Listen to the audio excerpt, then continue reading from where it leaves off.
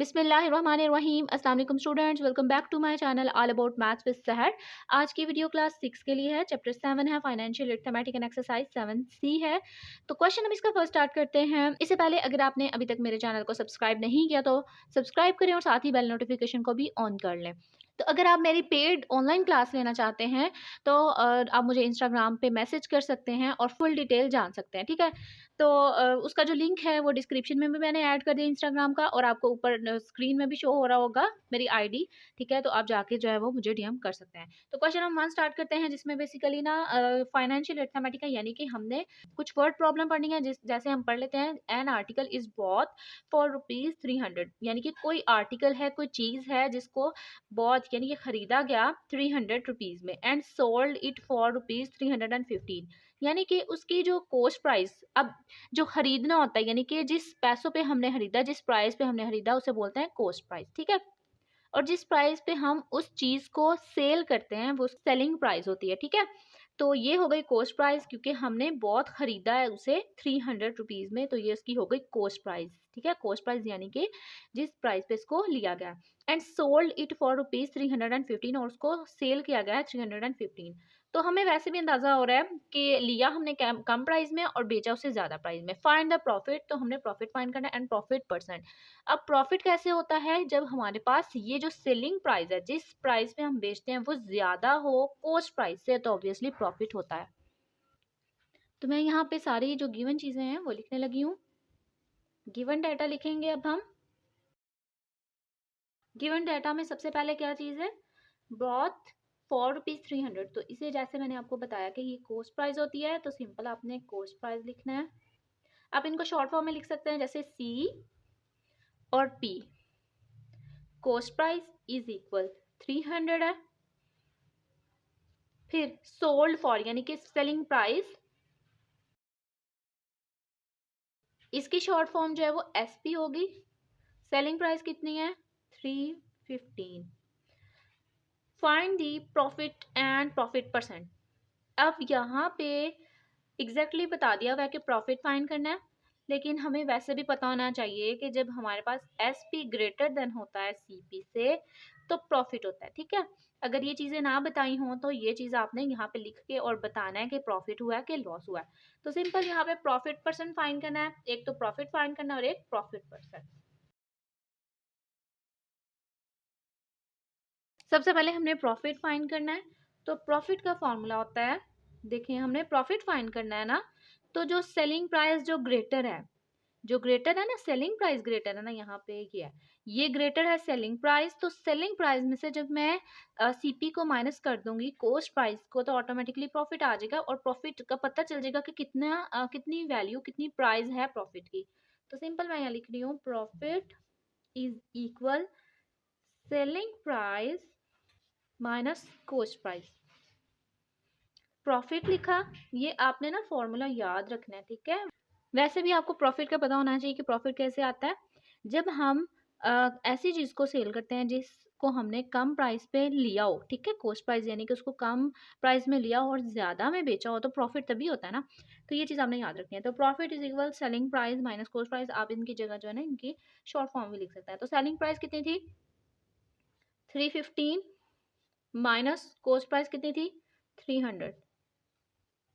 315 में से जब हम 300 को माइनस करेंगे तो 15 आ जाएगा, यानी कि प्रॉफिट हमारे पास हुआ ₹15। एक ये चीज़ फाइंड करनी थी और एक फाइंड करना था हमने प्रॉफिट परसेंट। तो अब हम प्रॉफिट परसेंट लिख लेते हैं और उसका फॉर्मूला भी लिखते हैं, जो कि नेक्स्ट हम यूज़ भी करेंगे, और वो आप लोगों को याद भी होना चाहिए, ठीक है। तो प्रॉफिट परसेंट, इसका बेसिकली जो फॉर्मूला होता है वो होता है simple profit divided by cost price, ठीक है। कॉस्ट प्राइस जो मेन है, जिस प्राइस से हमने वो चीज़ ली है, वो आपने नीचे डिवाइड कर देनी है, और multiply by 100%। Profit percent find करना, आप सारी चीज़ें देखें हमारे पास मौजूद है।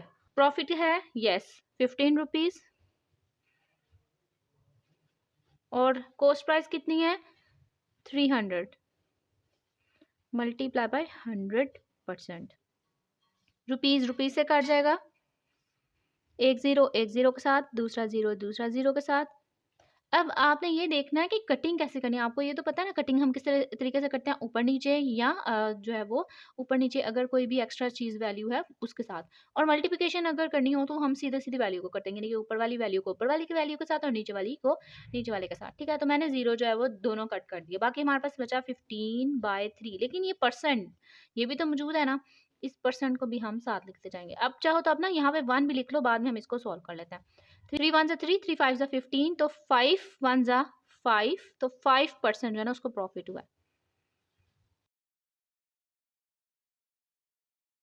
क्वेश्चन नंबर 2 है, an electronic watch is sold for ₹840 at a profit of ₹90। यानी कि जो सेलिंग प्राइस है एक वॉच इलेक्ट्रॉनिक वॉच को सेल किया गया 840 रुपीज़ पे एट अ प्रॉफिट ऑफ ₹90। अब यहाँ पे सेलिंग प्राइस बता दी हुई है और साथ ही ना प्रॉफिट की भी वैल्यू बताई हुई है, तो खुद ही बताया हुआ है यहाँ पे कि प्रॉफिट हो रहा है। Find its cost price and the profit percent. अब हमने कॉस्ट प्राइस फाइंड करनी है और साथ ही साथ प्रॉफिट परसेंट फाइंड करना है। ठीक है? तो अगर हम यहाँ पे कॉस्ट प्राइस की बात करें तो कॉस्ट प्राइस कैसे आएगा, यानी कि वो वाली प्राइस जिस प्राइस पे हमने वो चीज़ खरीदी है, अभी बेचने और उसकी प्रॉफिट की बात नहीं हो रही, जिस प्राइस पे हमने उसको लिया है। तो देखें, जब मैं ये फाइंड करना चाहूंगी कॉस्ट प्राइस, तो जिस प्राइस पे मैंने उस चीज को सेल किया है उसमें से उसका प्रॉफिट माइनस कर दूंगी तो ऑटोमेटिकली क्या आ जाएगा, कॉस्ट प्राइस।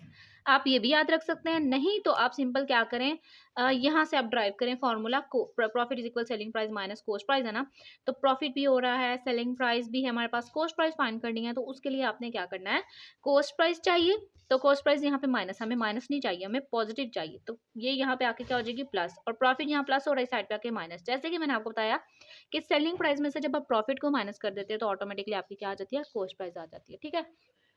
तो मैं यहाँ पे सिंपल सारी पहले डाटा लिख देती हूँ जो गिवन डाटा है। सेलिंग प्राइस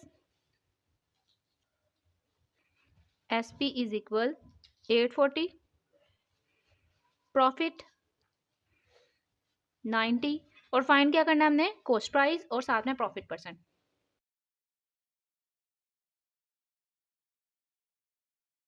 अच्छा, तो मैं यहाँ पे जो ड्राइव वाला फॉर्मूला मैंने आपको बताया ना, ड्राइव फॉर्मूला, वो यहाँ लिख रही हूँ। कॉस्ट प्राइस पहले यहाँ लिखेंगे हम, is equal selling price minus profit, क्योंकि कॉस्ट प्राइस नेगेटिव था इस साइड पे आके पॉजिटिव हो गया, और प्रॉफिट पॉजिटिव था इस साइड पे आके सेलिंग प्राइस में से माइनस हो गया। तो अब हम सारी वैल्यूज पुट कर देते हैं। कॉस्ट प्राइस फाइंड करना है तो मैं कॉस्ट प्राइस की जगह ना उसका जो शॉर्ट फॉर्म है ना वो लिख रही हूँ के CP, और जो सेलिंग प्राइस है वो हमारे पास वैल्यू कितनी है 840 माइनस प्रॉफिट कितना है 90। तो अब मैं इन दोनों को माइनस कर लेती हूँ। हमारे पास जो सेलिंग प्राइस है वो है 750। एक चीज़ आ गई है, अब हम ऑटोमेटिकली जो है वो प्रॉफिट परसेंट फाइंड कर सकते हैं। हम देखिए प्रॉफिट परसेंट में भी हमें तो CP चाहिए होता है ना, ये तो CP हमने फाइंड कर लिया। अब हम इसका फॉर्मूला लेके इसमें वैल्यू पुट करके प्रॉफिट परसेंट फाइंड कर लेते हैं। क्या फॉर्मूला है, profit percent is equal profit by CP multiply by 100%। Profit की वैल्यू जो गिवन है 90 और CP की वैल्यू है 750, दोनों यहाँ पे लिख देती हूँ मैं।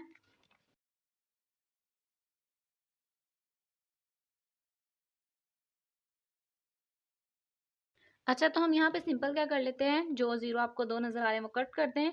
ये जीरो कट हो गया इस जीरो के साथ, आप चाहें तो इस जीरो को इस जीरो के साथ कट कर लें, क्योंकि नीचे एक ही जीरो है इसलिए आप कोई भी ऊपर वाले किसी भी एक जीरो को कट कर सकते हो। ठीक है? तो मैंने 90 वाले जीरो को फिनिश कर दिया, रुपीज के साथ कट गया, 9/75 है।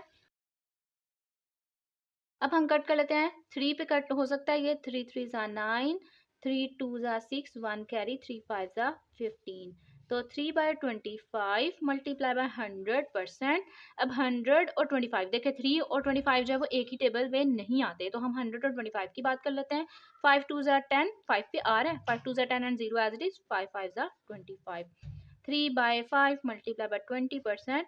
अब ये 20 और ये 5 जो है वो एक टेबल में आ रहा है, 5 के टेबल में, 5 1 5, 5 4 20, तो 3 मल्टीप्लाई बाय 4%, 3 4 12%। यहाँ पे एक जो आसान तरीका है वो क्या है, आप सिंपल क्या करो, 90 को मल्टीप्लाई करो 100 से, यहाँ जीरो फिनिश आउट करते हैं, यानी कि 9 को 100 से मल्टीप्लाई करें और 75 से डिवाइड करके, डिवाइड वाला जो प्रोसेस है ना वो करके आप इजी वे में इसका आंसर ला सकते हो।